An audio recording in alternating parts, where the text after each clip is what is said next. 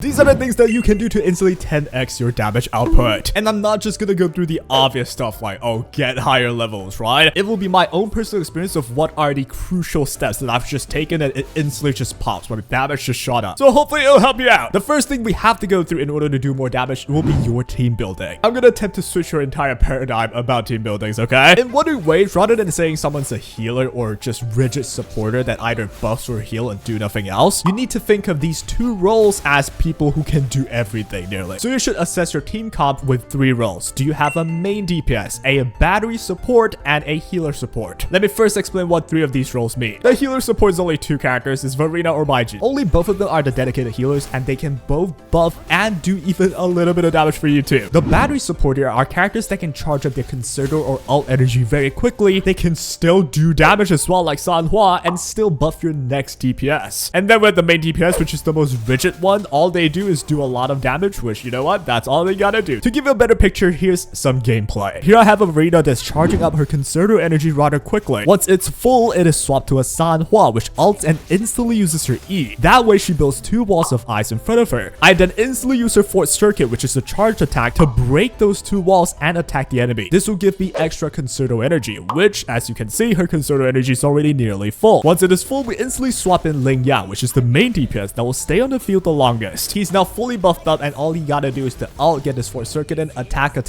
until the buff subsides. And that is the team that just utilize everything fully in order to squeeze out the most damage, something you might not be doing, right? Let's break it down one by one now. Verina here is a healer support that gives my whole team buffs. How it works is by activating her outro skill, I will buff my entire team with an all-time damage deepen buff. At the same time, I'll also trigger my inherit skill, which buffs my whole team with attack %. On top of that, I put the healer set named Rejuvenating Glow on my Verina, which buffs my entire team with attack. You'll notice all of these buffs are for my entire team, which is the rarest type of buff that you can find. A lot of the buffs that you can find in outro skills are like Sanhua's, which buffs your next ally. Hence why the only ones in the role named healers as support would be Baiji or Verina, since they buff my entire team, which is something that not everyone has. In fact, only 2 of them has, Verina or Baiji, and they heal me as well. For that reason, you start your combo with this healer that can buff my entire team, so that you can swap to your battery support like Sanhua that doesn't take too long to charge up, so you don't waste the duration of Verina's buff, right? Instantly getting your concerto up, swapping to her main DPS, buffing them as well, knowing that Verina's buff is still up for quite a while. And by doing what I mentioned, your main DPS now has all the buffs possible and still has about 10+ seconds to fully utilize the buffs, which is why a team comp with really high damage will have a healer slash buffer that buffs your entire team. They'll also have a battery support that doesn't take too much time to do everything they gotta do and then still buff a main DPS that will stay on field for 10 seconds or above. A team like that will utilize every buff possible and have a near constant DPS cycle like what I'm showing here. My Lingyang will always have the buff nearly all the time the moment he steps onto the field, and that is the job of a main DPS. Once all the buffs are gone,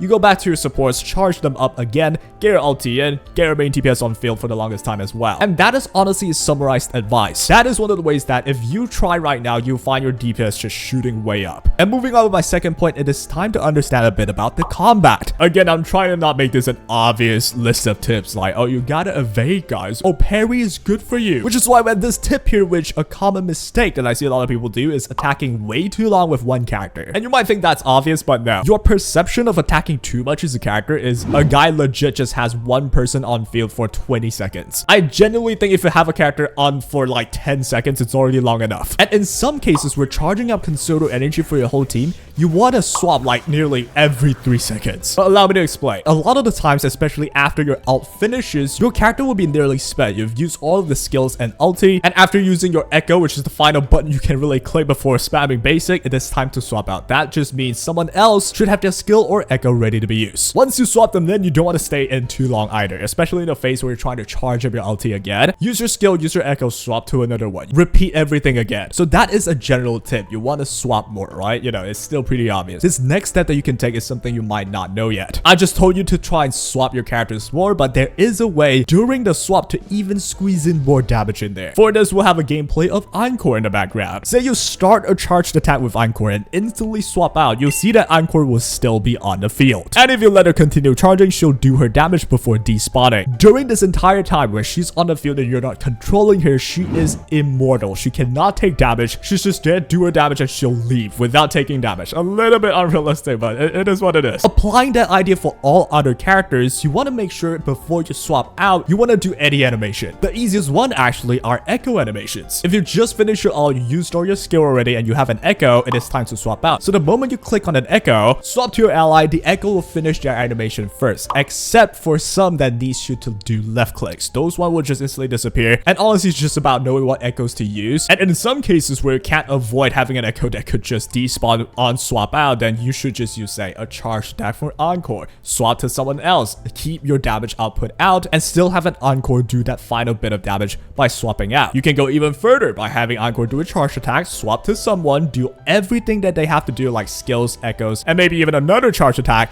swap to a third person. That way your entire team's just generating considerable energy and ult energy as well, getting your entire burst window up faster, right? There's actually a way more advanced tech called the swap canceling, which is really not realistic to pull off in a high octane combat scenario, but for now let's just stick to what I've mentioned, okay? Practice with that first. While you're doing all the swapping, right, keep an eye on your considerable energy as well. You want to try and keep them around the same level. This is so that when you trigger an outro skill with one of your supports and you have your buff up, you can instantly have your battery get their buff up too, for your main DPS to do all of their damage that they have to while the buff is still up. It's a game with time, right? Here's a showcase within the abyss. I'll start by getting Mortefi's considerable energy up to around 3 bars. Then Verina takes the field, charges up her considerable energy quickly thanks to a weapon. At around 3 bars again, use Verina's ulti. That will nearly fully charge your considerable. You may need to hit like one more time, swap in Mortefi next. He does his ulti, skill and echo attack. The moment the echo animation starts, get Jiyan in here, and at this moment he has all of Mortefi's buffs, all of Verina's buffs. It is at this moment Jiyan needs to use his ulti. Any charged attack or echo animation that can stay on the field will keep doing their damage as well, so we're maximizing all of those damage output even with characters outside of the field. And with Jiyan's ulti, we still have all the buffs in duration for Jiyan to finish his entire out state while being buffed, because you're swapping things quick enough. And that will mark the end of that damage cycle. All I have to do now is swap back to Mortefi and Verina, get their considerable energy back up again, along with Jiyan's ult as well. A good team will have a very low down state, and they'll gain their ultimate and considerable energy back up really quickly, which is why the battery support slot like Mortefi or Sanhua is very important. They can just get their considerable energy up very fast. And if you follow what I said, your damage output should be way higher now, and those random mobs that you sometimes find hard to kill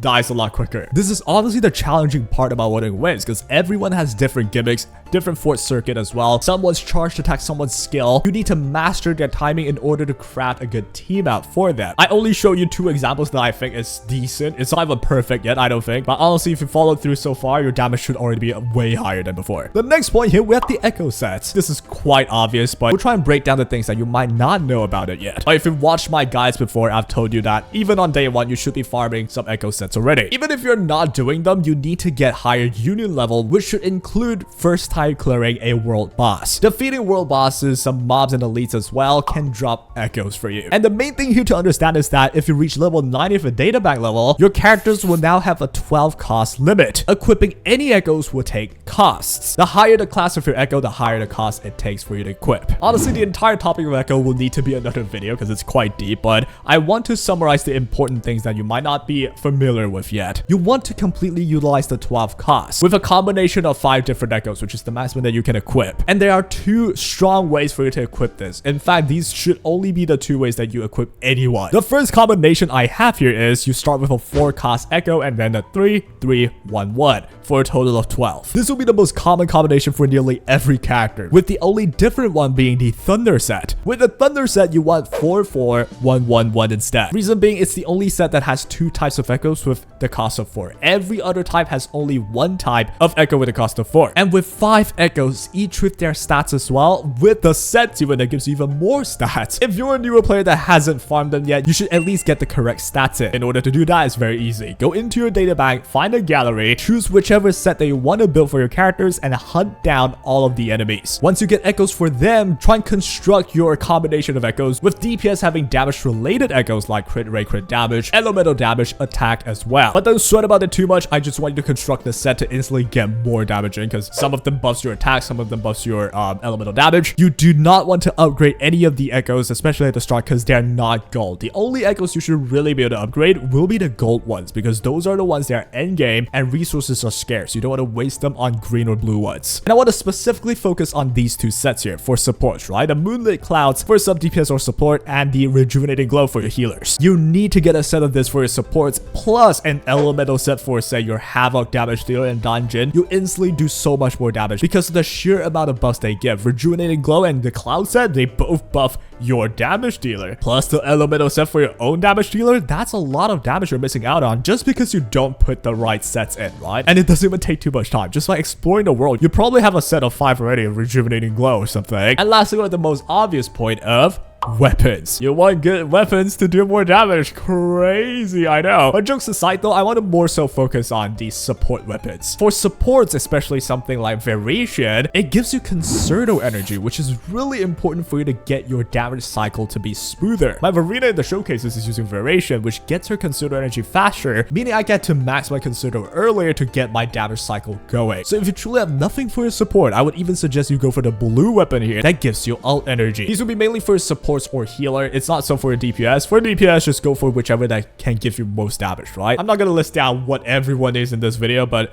do check out Privilege if you want to know. I have them linked in the description down below. And if you followed everything that I've mentioned so far, your damage should be actually 10x. Well, it kind of depends on how bad you're playing right now, but I can say if you're just blindly swapping the moment you see something glow and clicking them when they glow, you will not be doing as much damage as playing them correctly with a proper damage cycle. And that will be all for today's video. I hope I helped you out and hopefully you found it enjoyable, okay? That'll be all for now. Subscribe. There's a lot of Wuthering Waves shit. And take care!